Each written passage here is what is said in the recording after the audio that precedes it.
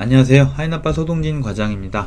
오늘은 BMW X5 리스로 2대 출고한 이야기입니다. 이외 다양한 후기도 제 네이버 블로그에 오시면 보실 수 있습니다. 오늘은 두 대표님의 BMW X5 리스로 출고한 이야기인데요. 첫 번째 대표님은 BMW X5 30D M 스포츠, 두 번째 대표님은 BMW X5 40i 7인승. 저는 어떻게 상담하고 출고를 진행했는지 영상으로 자세히 다뤄보겠습니다. 첫 번째 대표님은 견적서를 정말 다양하게 요청해 주셨습니다. 견적서를 저 말고도 다른 곳을 통해서 많이 알아보고 있다고 말씀해 주셨는데요. 이건 정말 중요한 겁니다. 비교를 많이 보는 거. 그리고 이제 추가적으로 다시 견적서를 요청해 주셔서 다시 안내 드렸는데, 제 견적서를 보신 대표님이 뜻밖의 이런 말씀을 해 주셨습니다. 남는 게 없어서 어떡합니까? 이건 정말 저렴하다는 뜻이겠죠. 그런데 이제 고객 입장에서 이런 말이 나오려면 영업사원이 저렴하다고 우겨서 될 게 아니라 대표님 스스로 비교해서 얻은 데이터가 있어야 가능한 리액션이겠죠.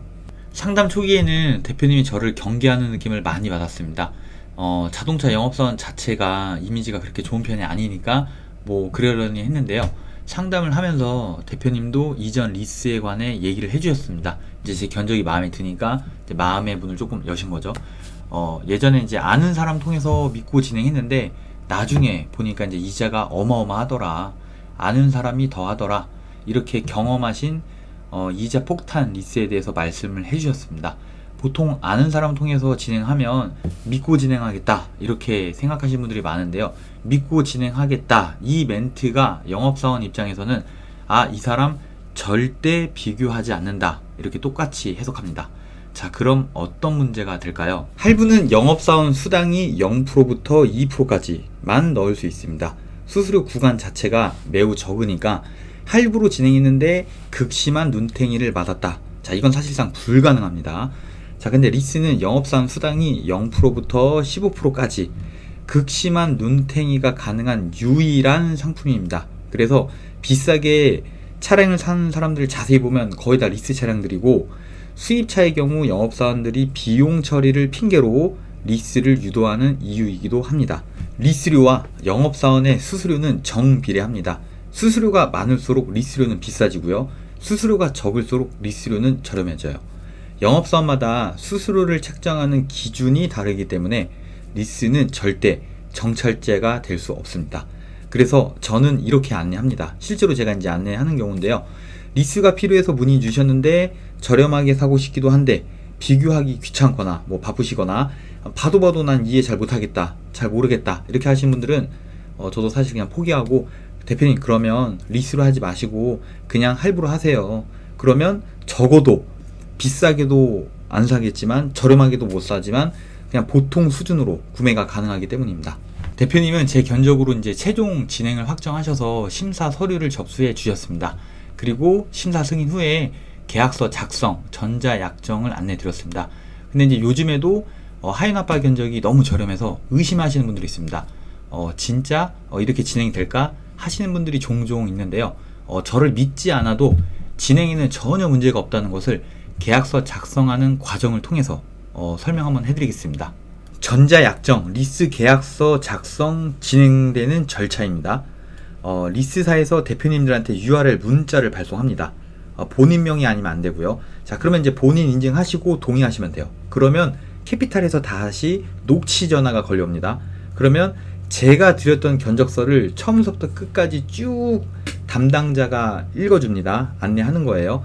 그리고 이제 최종 진행 의사가 있는지, 영업사원으로부터 받은 견적서와 동일한지 마지막으로 체크하는 단계예요. 여기에서 최종 동의해 주시면 리스가 실행이 되고요. 동의하지 않으시면 진행이 안 됩니다. 자, 이렇게 리스사 캐피탈에서는 영업사원과 고객이 주고받은 견적서를 다시 한번 마지막으로 확인하는 안전장치를 마련해 두고 있습니다. 그렇기 때문에 하윤아빠 견적이 너무 저렴한데 이렇게 진행이 정말 될까? 이 사람 믿어도 될까? 이런 고민하실 필요가 전혀 없습니다. 심사 승인 나셨고 리스 집행되면 대표님 차량이 전시장으로 도착합니다. 전시장에 있던 차 아니고 완전 새 차예요. 자, 대표님께서는 직접 전시장 오셔서 출고 진행하셨고요. 예전에 리스 이자 폭탄으로 상처 받으셨지만 이번에는 지구정복 최저가 하윤아빠 리스로 치료되셨길 개인적으로 바라봅니다. 두 번째 대표님의 이야기입니다. 첫 번째 대표님은 제가 재고를 직접 구해서 출고를 진행했지만 두 번째 대표님 차량은 제가 재고를 확보하지 못했습니다. 그런데 대표님이 직접 돌아다니셔서 재고를 구했고 계약금을 그 딜러사에 넣으셨어요. 저한테 연락 주신 이유는 저렴한 대출을 받기 위해서입니다. 리스는 자동차 대출이에요. 출고는 기존 딜러사로 진행하되 대출만 저렴한 캐피탈로 진행하기 위해서 하윤아빠를 찾아주셨습니다. 대표님은 딜러사에서 받으신 견적서를 저한테 주셨어요. 근데 주실 때 리스료는 안 보이게 가려서 주셨습니다. 조건만 동일하게 리스료는 가려서, 그럼 고객 입장에서는 쉽게 비교가 가능합니다. 하윤아빠는 상담 진행할 때 리스료를 꼭 가려서 달라고 요청을 합니다.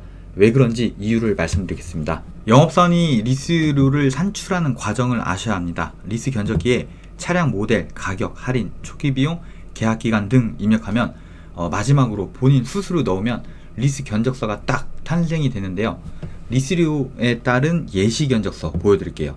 똑같은 조건인데 위에 견적서는 월 리스료가 150만원, 아래 견적서는 월 리스료가 180만원. 차량 가격이 동일한데 수수료에 따라서 월 30만원이 차이가 날 수도 있습니다.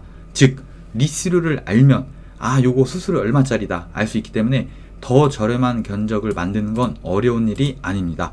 그래서 저는 상담을 할 때, 경쟁을 할 때 리스료를 알고 이기는 행동을 하지 않습니다. 리스료를 안 보고 압도해서 이기는 게 느낌 있고 감동 있고 신뢰를 얻을 수 있겠죠. 알고도 못 이긴다? 이건 사실 영업사원 배가 불렀거나 이렇게 하면서까지는 할 마음이 없다면 알고서도 못 이기겠죠. 첫 견적서를 드렸고 추가 견적서 요청을 주셨습니다. 그리고 약 2시간 뒤에 대표님은 확정하셨습니다. 심사 서류 바로 주시면서 담당 딜러분의 연락처도 같이 주셨습니다. 이때부터는 제가 모든 걸 다 진행합니다. 대표님도 리스 심사 후에 계약서 작성 바로 진행했고요. 10월 20일 목요일 전시장에 대표님 차량 도착해서 검수하고 이상 없으니까 이제 사진 첨부해서 대표님한테 안내해 드렸습니다. 요즘 이자가 많이 올랐다고 하지만 과도한 영업사원의 수익이 들어가지 않는다면 오늘 영상처럼 영업사원을 걱정하시거나 수익이 너무 없으니까, 또는 한치의 망설임 없이 빠른 결정을 하실 수 있는 결심을 하실 수 있을 겁니다. 앞으로도 하윤아빠는 소비자의 금융 승리를 저의 블로그와 유튜브를 통해서 증명하면서 찾아뵙겠습니다. 오늘 영상도 시청해 주셔서 감사합니다.